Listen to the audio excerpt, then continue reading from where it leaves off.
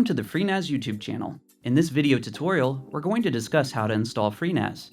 Now before we get started, let's go over the basics of what you'll need to run FreeNAS. First, you'll need a 64-bit system that will be used solely for FreeNAS. It's important to remember that FreeNAS is not dual boot friendly. Make sure you're only using the system for FreeNAS.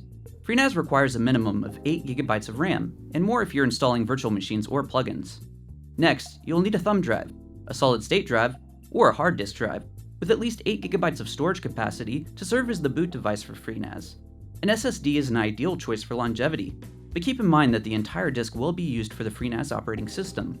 You'll want at least one hard drive for storage of files. Multiple drives of the same capacity can be used to provide redundancy. Western Digital hard disk drives are highly recommended by the FreeNAS team. Regardless of which drives you choose, make sure to purchase drives with conventional magnetic recording technology, or CMR, and avoid drives that use shingled magnetic recording, or SMR. You'll need an Ethernet cord to connect your system to the network. There is no wireless support in FreeNAS. A blank CD or USB stick is required to create the FreeNAS installation media. Note that the installation media is not the same as the boot device. You'll also want to grab the latest FreeNAS image from our website at www.freenas.org/download. A monitor is needed for the initial install and setup. After the setup is complete, the monitor can be disconnected. And lastly, a separate computer or laptop with an internet browser to access the GUI and administer your FreeNAS system. Once you've downloaded the FreeNAS installation media, you'll need to burn the image to a blank CD or write it to a blank USB drive. If you need assistance with this step, refer to the instructions linked in the description of this video. Now that we've gone through the basics of what you need to get started, let's begin the installation. To begin the installation of FreeNAS, make sure that both the boot device and the FreeNAS installation media are inserted in the machine that you chose to run FreeNAS.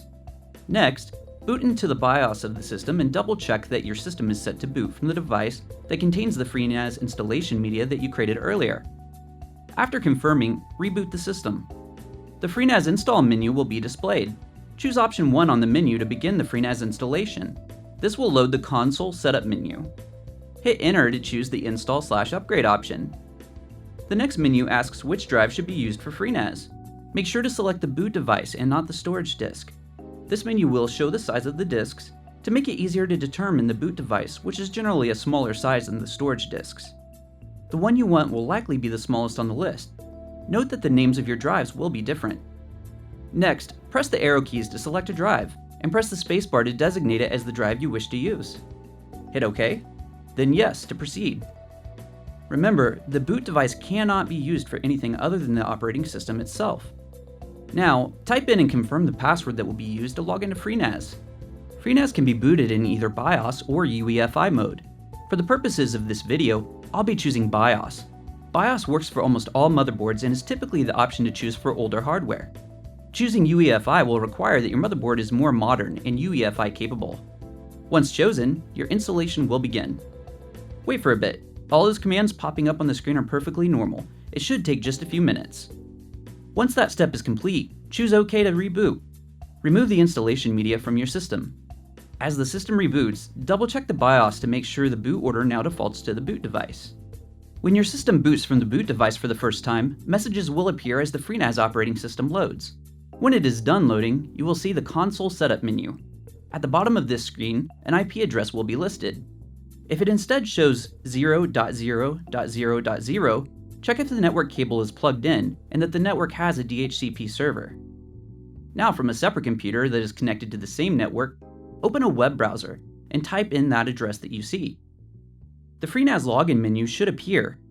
Type in root for the username and the password you created during the installation. Once you're logged in, you'll have access to the FreeNAS web interface, which is used to manage your storage disks, configure access to the stored data, and view the status of the system. Congratulations, you've just installed FreeNAS. Make sure to check out our other videos to learn more about configuring and using FreeNAS, and don't forget to like and subscribe to see more content like this. FreeNAS is the open source community edition of the IX Systems TrueNAS product family, a comprehensive line of powerful unified storage products for organizations of all sizes. With its Flash-based architecture, powerful ZFS file system, and award-winning support, TrueNAS systems provide secure, scalable, and flexible high-performance storage for virtually any application and budget. To learn more about the TrueNAS product family from IX Systems, Visit us on the web at ixsystems.com.